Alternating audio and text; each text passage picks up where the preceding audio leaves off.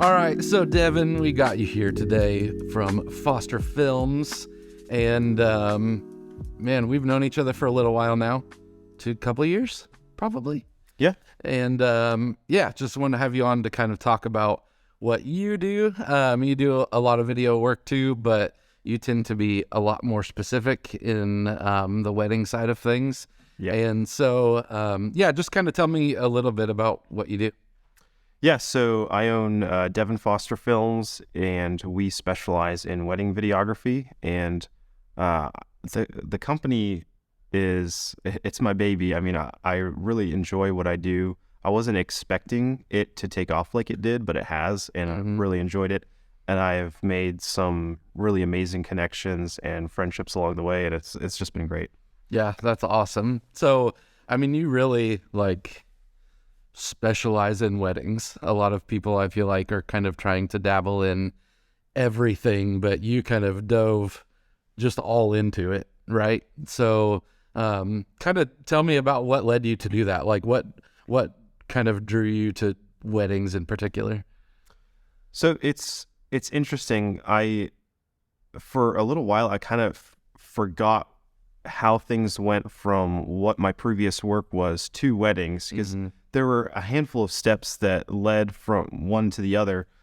And I have always enjoyed always enjoyed art and being able to be creative ever since I was a little kid. I mean, I loved drawing. I loved pencil sketching. I grew up in Maine, and there's enough wildlife that you could draw for the rest of your life. I mean, it's amazing. And so that's what I did as a kid. And we lived in the country. We lived off the side of a mountain and got to see all kinds of different animals. And I loved that. But that's just been something that's been a part of me ever since I was a kid. Just art, being creative, and using that skill set. Specifically for weddings, I picked up my camera. It was probably 2.5, 3 years ago. I picked up a camera that had been dusty. I hadn't really used it much. And I just started watching a bunch of YouTube videos. I watched one guy specifically was specializing in videos that you could do with your phone. And okay, well, let me try to get some cool videos with my iPhone. And I did that. And then the more I played with my iPhone, the more I realized, okay, it'd be nice to have an actual real camera. And my older camera was not really that great on the video side. So I started playing around with video, and there was somebody at our church who was getting married, and for some reason, I have no idea what triggered it in my mind, but I just asked, hey, are you cool if I video your wedding? I won't charge you anything. And I did that. I had the most entry-level gear you could imagine, and I knew that. Yeah. I recognized that, and I decided that I would just do the best that I could with what I had. And understanding that limitation, I studied up as much as I could. I thought I was going to be prepared, and truly I had no idea what I was doing at that time. I could say that very clearly in hindsight, but that's how most of us start. Yes, absolutely. But I really enjoyed it, just the atmosphere of a wedding and being able to be creative and being able to step into a wedding day and create something for a couple that is meaningful to them and that they would enjoy and that they would value. Yeah. Well, and that's what I see, especially with what you're doing, that you are like super involved with the couple. Yes. In getting to know them and really try to come at it from the perspective of their story more than just let me capture what happens on that day. Yes. So what does that process even look like for you? It's kind of evolved a little bit, and it really comes out of just a heart to want to create something for them that feels like them. That's what I tell my couples is I don't want to create a video that just documents your day. I want to create a video for you that feels like you. It feels like your vibe. And that involves getting to know the couple. I ask a lot of really intentional questions. Like, I have a questionnaire that I'll send them a month before, and it doesn't include just tell me the timeline for your day. Some of the questions are, hey, just talk about each other's personalities. Like, give me some insight on your fiance's personality. or what are some things you like to do in your downtime? What are some things you enjoy? And those conversations, when those are able to take place outside of just the technical side of wedding video, that's when you really get to know the heart of the couple. And I try to do that. I try to be intentional with that. It's something even today I'm wanting to be better at. And some couples, they're welcoming to that. And there are some couples that I connect with, and it's like we just click really, really well. Other couples, we click well, and they book me for their wedding, and they don't necessarily want to have like an intricate relationship with their videographer necessarily, and that's fine. I don't want to force that on anybody, but the couples that are open to it, it's been really, really cool to be able to connect with them, get to know them, get to know their personalities, who's important to them. That's really valuable on a wedding day, is who is important to the couple, and just rubbing shoulders with them. I do my best to follow all of my couples on Instagram, and I'll just follow along their wedding journey, wedding planning journey, and see what they're excited about, what's important to them. If they have dogs, they'll probably post about their dogs, and I'll get to see those types of things. But all those things, all those tiny little pieces of information, I'm feeding myself to help me capture their day with that knowledge and understanding, so I can tell their story that much better. Yeah. And with that much more of a personal touch. Mm-hmm. Man, I wish I would have had you around for my wedding. I don't think we even have a video from our wedding anymore. So I don't either, actually. So, that's also how it goes.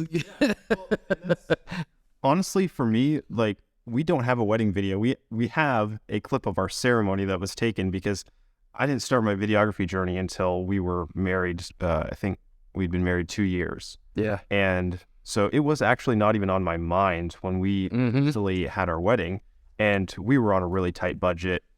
Even if we had thought of a videographer, I don't know if we could have afforded one. We just weren't in that budget at that point.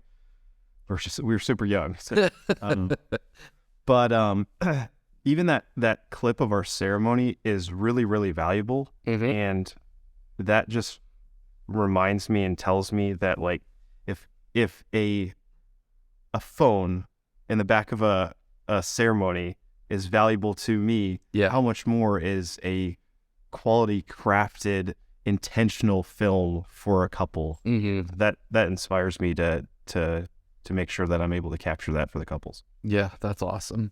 So I'm sure that process of kind of getting to know the couple and everything weeds out a lot of the issues, and bridezilla is the term that you might deal with. Yes. So maybe give us a story of, maybe not the bride, maybe it is, but I'm sure you've dealt with some of those things, and lots of people post wedding fails and stuff like that. So surely you've got one of those that you can tell us about. Wedding fail? Yeah. So I don't know who of my couples are going to be watching this, so I want to be careful. It could be you. It could be, if there's any of those. But yeah. So okay, I'll share one. And I think I can share this freely, because this was not a Foster Films wedding. I was associate shooting for somebody. Yeah. Just a bad day in a lot of ways. It was still a good day, because the couple ended up married at the end of the day. But this was in, I want to say, May of last year, and the ceremony venue was out in the middle of nowhere, Indiana. And there were calls for thunderstorms pretty much the entire week, saying that there was going to be some type of thunderstorm on that wedding day. So we were behind schedule a little bit. We're down. There's a pathway down to a wooded area where we were getting photos of the couple, photos of the bridal party, and so we had gone down there. It was probably maybe a quarter mile away from the venue. Oh my gosh! And so we're down there. Some of us walked down, some of us drove down. There was a pathway to drive, and we're just taking our video, taking videos and photos of the bridal party, the couple, and family. And all of a sudden, somebody says, "Hey, look up." As we looked up, and it was like dark gray sky. And then like immediately after that, the wind started blowing fairly heavily. So I looked at the photographer and I said, "Hey, can I jump in your car?" And he said, "I don't have room, sorry." So I'm like, "Okay, well, I'm running back." So I have my gimbal, I have a backpack, and I'm running back like crazy. I'm running for my life because it started to get really windy. And then we start getting raindrops. And these are like those massive, like, oh yeah, raindrops. Like they hurt when they hit you. Yes. And I'm running back for everything that I have. There's branches falling all around me. It hit almost like, I seriously thought that there was a tornado coming. Yeah. It was that bad. And I'm almost at the venue. Like, I'm out of breath. Like, I run cross country, but like I'm running as fast as I can. So I am going crazy. And this massive branch, like twice the size of your light stand, falls like 10 feet in front of me. And I just stood there for a second like, I'm going to die. This is it. I get to the venue, and it's like a wraparound porch shelter where the ceremony was going to be. And the wind is blowing, like it's sideways rain blowing in there. And all of a sudden the lights flicker, and then the power goes out of the venue. And it was horrible. The couple made it back in a golf carts, thankfully. But it was hectic and chaotic.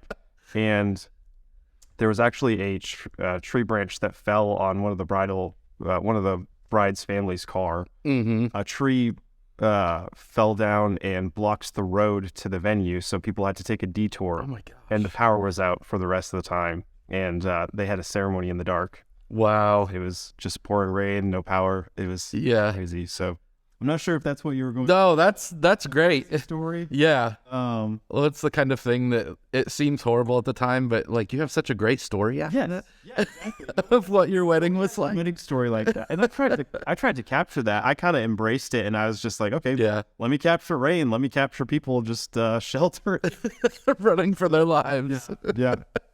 No, interesting wedding. But wow. Yes, that's why I now have a poncho in my back of my car. Yep. Good call. Yep. So in doing this, you're shooting how many weddings are you doing generally about in a year? I keep saying my goal has been 20 a year, and I almost always end up with more than that. Of course. Because you get really cool couples. It's hard to say no. Yeah. But I believe I have 23 booked for 2023. Wow. Next year. So what does that look like? Because obviously weddings are generally on weekends. Right. How are you kind of, this is the hard thing we get into in working for ourselves and controlling our own schedule. Yes. How are you kind of keeping that balance of family time, not to mention all your time to edit all of those videos, which is a bigger undertaking than most people even understand. It is. So yeah, what does that look like for you? How are you going about all of that? I haven't figured it out. True. Well, when I first started, I didn't really have a schedule. It was just because I didn't know what to expect. Yeah. You jump in, and then you realize, oh, this is what's happening consistently. Mm-hmm. And early on, I did find that I was working a lot of evenings, and that was causing my wife and daughter to be upset and sad that they couldn't spend as much time with me. And that hit me, and I started being more intentional with my time. And since doing that, I've had a lot better of a balance. Yeah. There are certain times and days that I just refuse to do work. Mm-hmm. And that's been really helpful. I think that's necessary if you have a family, if you're single and just going crazy, it's not as big of a deal. You still obviously don't want to overwork yourself and burn out. Yeah. But for me, I have a wife, I have a daughter, and they're important to me. I mean, they're one of the reasons that I enjoy being self-employed is I do have the freedom to spend time with them. And so it takes some intentionality and just blocking off time and saying, hey, like, this is family time. I've started being more selective with the times that I will jump on a call with a potential couple that wants to book with me. Yeah. And the initial thought, and this happened to me, the initial thought is, oh, well, what if me pushing it back a couple days to a time that is available in my schedule makes it so they're not interested. But Right. people understand that you have a life, you have a schedule. And, Yes. the being busy is attractive to anybody wanting to work with a business. If you're busy, if Ryan is busy, that means he does good work. Work with Yeah. Yeah. It's hard to get a hold of Ryan sometimes because he's focusing on his family or his business. That's not a bad thing. It's just business. So reconciling that in my mind took some time. Yeah. But I feel like I'm starting to get into a space where I'm able to divide the two, where I'm just blocking out time. This is work time. This is not work time, and that's a fine line as a self-employed business owner, because it is really, really easy to blur those lines. And I've done it. I'm guilty. I asked my wife. Devin, you said you were going to be done at 5. It's 8:30. Oh, Yep. sorry. But that's been really helpful, is making sure that I am in charge of my schedule. And I still have some tweaks. I still have some work to do in that front, but at least having a schedule has been a lot more helpful for that side of things and that balance. Yeah. I mean, I think it's a constant thing. You just have to constantly be aware of it. And you so easily, well, especially when you start out, you're in that like hustle mode. Yes. That like every project you can get, you have to take. Yes. And it kind of takes priority over everything. But then at some point it starts to feel like, well, I can't pass up on that money. But then you realize that time with family is not making you money, but it's worth a lot. Yeah. And balancing those things. I don't think that's a bad thing starting out, because you're finding your passion. And that's me. I was almost obsessed, if not obsessed, with my business. Yeah. And but then you come to realize that you can only do that for so long. That's only sustainable for so long before it's going to cause burnout and strained relationships. And I don't want that. My family is extremely important to me, and I don't want that to be an issue. Yeah, for sure. Well, so you are booked up for this year, is that right? Pretty much. Except for the ones that you'll take on over and above that you shouldn't. Really nice venue, a really nice couple. So if people are looking for a wedding in 2024. Wow, that's weird to even say. So you're booking for 2024. Where do people go to find you? You can find me on Instagram at dfosterfilms, or on my website, dfosterfilms.com. Awesome. Well, dude, thanks for being here. Yeah. It's good to see you. Appreciate it. Thanks for taking the time to chat with me.